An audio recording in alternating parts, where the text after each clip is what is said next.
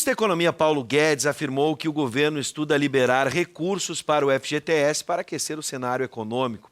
Para analisar o tema, nós contamos com a presença do economista João Portela. Boa noite, professor. Seja bem-vindo. Boa noite, Bios. É um prazer estar com o amigo novamente. Bom, professor, vamos lá. Tem muita gente interessada.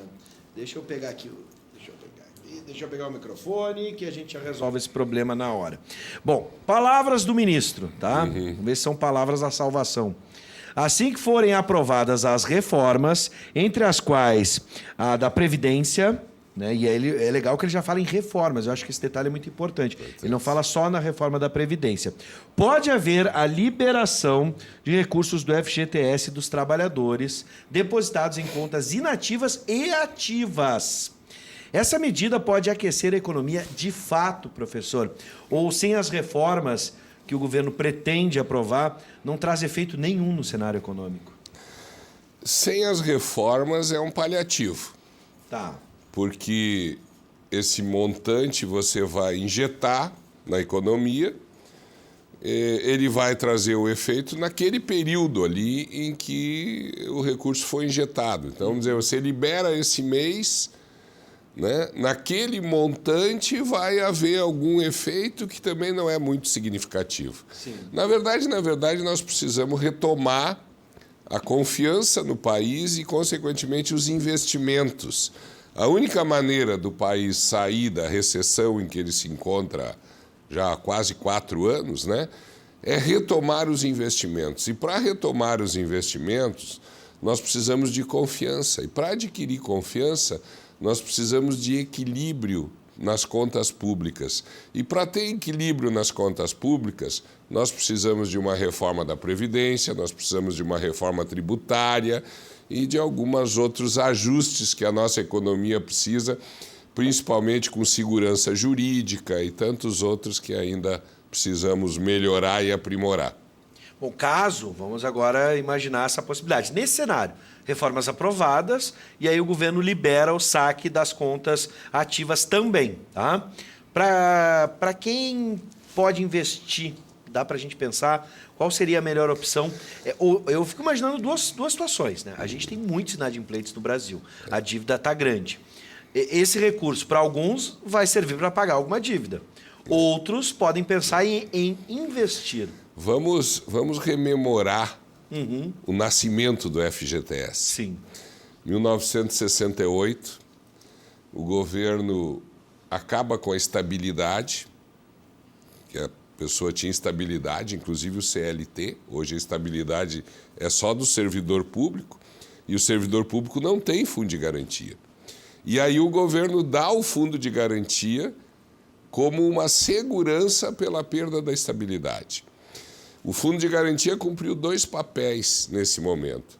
O primeiro, funcionar como poupança interna. O nível de poupança interna no Brasil é muito baixo. E você sabe que para fazer investimentos, para gerar empregos, para a economia crescer, você precisa obrigatoriamente de investimentos. Qual é a origem do investimento? A poupança.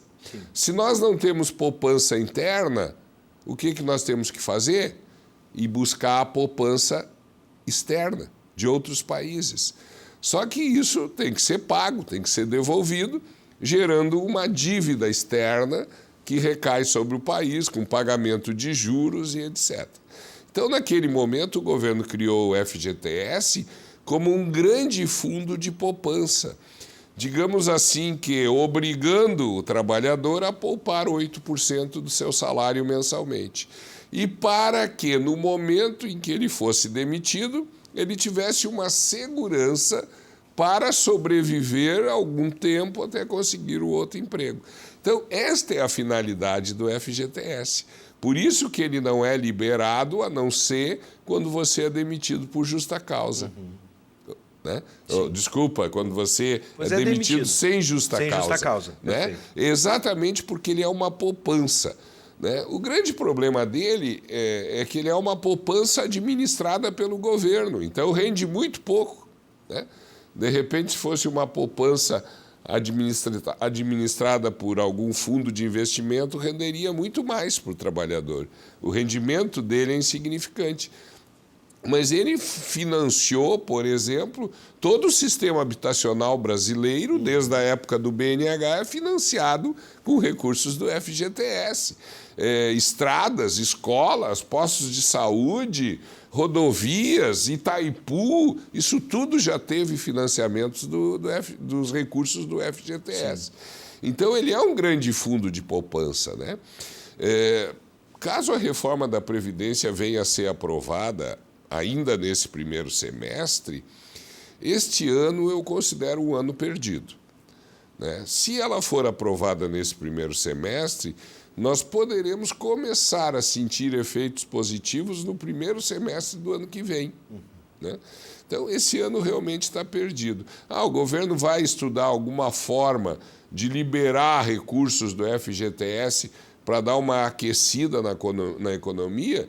Isso aí é que nem uma injeção de 2 horas. É uma coisa que você vai injetar, vai dar um pum em um mês, e no mês seguinte voltamos a pindaíba novamente. Agora, vamos recapitular, até mesmo na sua fala, nos parece que o Brasil não tinha uma poupança e, com isso, a gente também herdou uma cultura, o brasileiro poupa muito pouco, ou pelo menos poupava, né? Muito pouco. Liberar o FGTS não pode ser perigoso, pois o brasileiro não tem a cultura de poupar, por exemplo? Mas claro que é perigoso, por isso que eu digo, foge completamente do propósito do fundo, né? E no momento que ele for demitido, e aí, como é que fica? Ele não tem essa poupança para se valer, né? Como o nível de endividamento normalmente é alto, né, as pessoas, evidentemente que sem isso elas vão ficar completamente desprotegidas nesse momento, né? Que é um dos objetivos da criação do fundo, justamente você ter uma segurança, né, no momento em que você é demitido, para se segurar ali por um período de tempo até encontrar um novo emprego.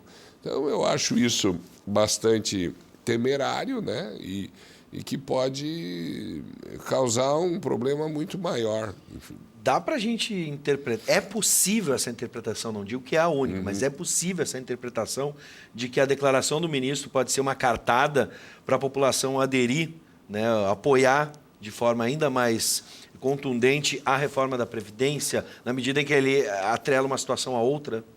Pode ser. E pode ser também uma forma de acenar aos deputados, né, que, digamos assim, essa medida é simpática, é uma medida demagógica, né, é simpática. Como toda medida demagógica, o efeito dela é provisório, é muito rápido, é um remédio, né, muito rápido. Então, ela é uma medida demagógica, como boa parte dos nossos deputados e senadores transitam no campo da demagogia, eles acham o máximo, né? E, de repente, pode ser que se convençam a aprovar o principal, que é a reforma da Previdência, que se qualquer um que efetivamente pense no país, no futuro do país, deseja, quer e sabe que nós precisamos dessa reforma.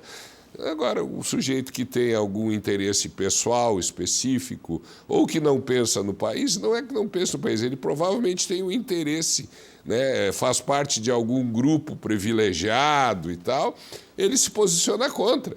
Mas se você for ouvir as opiniões, 90% das pessoas que não têm nenhum comprometimento dizem exatamente isso. Sem essa reforma, o país não vai andar, vai se agravar cada vez mais a nossa situação econômica. Aliás, essas reformas, previdência, tributária, o Brasil deveria ter feito em 1980, quando outros países no mundo fizeram. Inglaterra, Estados Unidos, Alemanha, a França. A França, de 80 para cá, já fez 3 reformas de previdência e tributária. A Alemanha já fez 2. Entendeu? Os Estados Unidos fez 1. Né? E o Brasil está aí, patinando. Passou a década de 80, década perdida. Iniciamos a década com uma renda per capita de $5.500. chegamos em 1990 com 4.500, mais pobres do que éramos em 1980. Nos anos 90 demos uma engatadinha, o Plano Real, com a quebra do imposto inflacionário, botou mais dinheiro no bolso da classe média e baixa. Com isso todo mundo achou que estava no oba-oba, inclusive o governo, né? E nos jogaram de novo no período de recessão. Então você vê que isso não é novidade, essa necessidade, né? Essa necessidade das reformas já existe desde 1900. Quanto mais nós adiarmos, pior será. Sim. Mais dolorido ficará. Agora, há quem defenda uma outra interpretação de que Paulo Guedes está admitindo que só a reforma da Previdência não gera crescimento. Essa interpretação, é necessário outras reformas além ou só a reforma da Previdência é um grande passo? A reforma da Previdência já é, digamos que é o maior passo. Tá. Vamos quantificar, apenas para se ter noção, 70% é a reforma da Previdência. Depois eu acho que nós precisamos duas coisas muito importantes, e uma delas eu acho a mais complicada de todas. A primeira é a reforma tributária. Essa é fundamental. E a segunda é segurança jurídica. Nós não podemos mais estar à mercê de um juiz de primeiro grau que dá sentenças de acordo com a sua cabeça ideológica e faz interpretações hermenêuticas da lei. Qual é a segurança que os agentes têm num ambiente desses? Isso é muito grave, isso é muito perigoso, muito perigoso. Eu acho que os operadores do direito e os membros do judiciário precisam fazer uma reflexão muito profunda sobre o papel do judiciário numa democracia e como ele deve se posicionar numa democracia, né? E tentar buscar mecanismos de controle, né, dessa atuação, digamos assim, independente e ideológica, né? E aí, quando eu falo, não é só o Judiciário, é o Judiciário e o Ministério Público, né, que precisam fazer uma reflexão muito profunda a respeito disso. Porque sem segurança jurídica, nós não teremos um crescimento econômico adequado, porque os agentes econômicos não terão segurança para fazer os seus investimentos. Professor, economista João Portela, um prazer lhe receber. Seja sempre bem-vindo, o senhor que está aqui há tanto tempo com a gente. Está em casa, professor, seja sempre bem-vindo. É um prazer estar com vocês, com os telespectadores do Conexão. Até o nosso próximo encontro. Estamos aí.